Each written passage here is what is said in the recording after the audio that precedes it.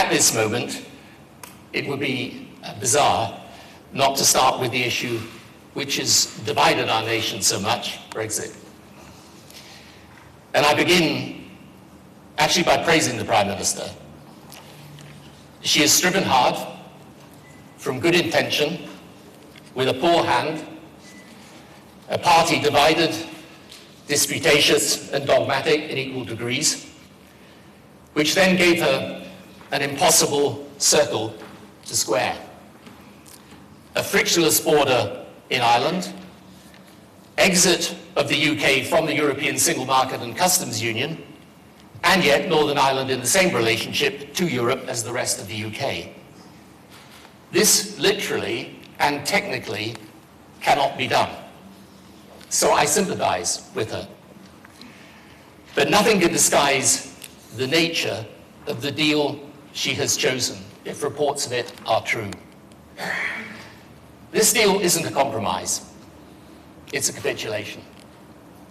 The withdrawal agreement will keep us tied to EU trade policy until there is an end established by joint consent. In other words, the EU has a veto.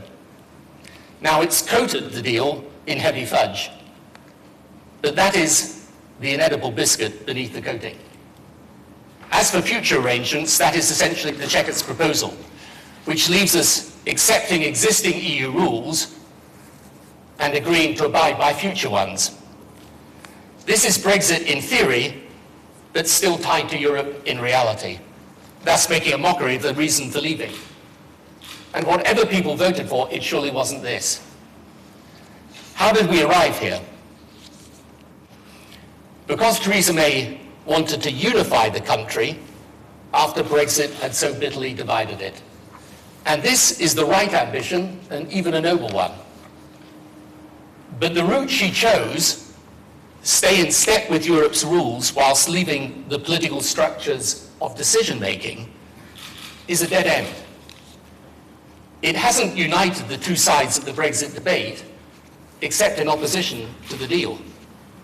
In the cause, indeed, of taking back control, we'd lose the control we had. And it won't end the argument.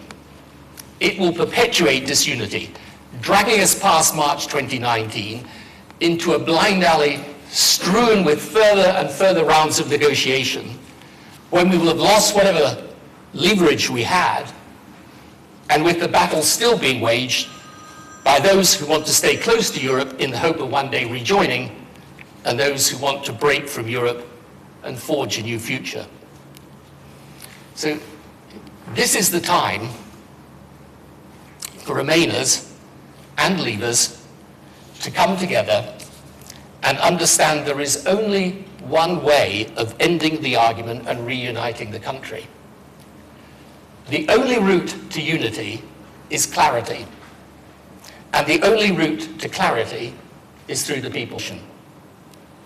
So I know it is said that a new vote of the people will also divide, but a reconsideration, in the light of all we now know, accepted by all as the final word, especially if accompanied by a new willingness on the part of Europe's leadership and Britain's to deal with the reasons for the Brexit decision, this is the only hope of unity in the future. And it is, frankly, gut-wrenching for me that this call is not being led by Labour as it should be.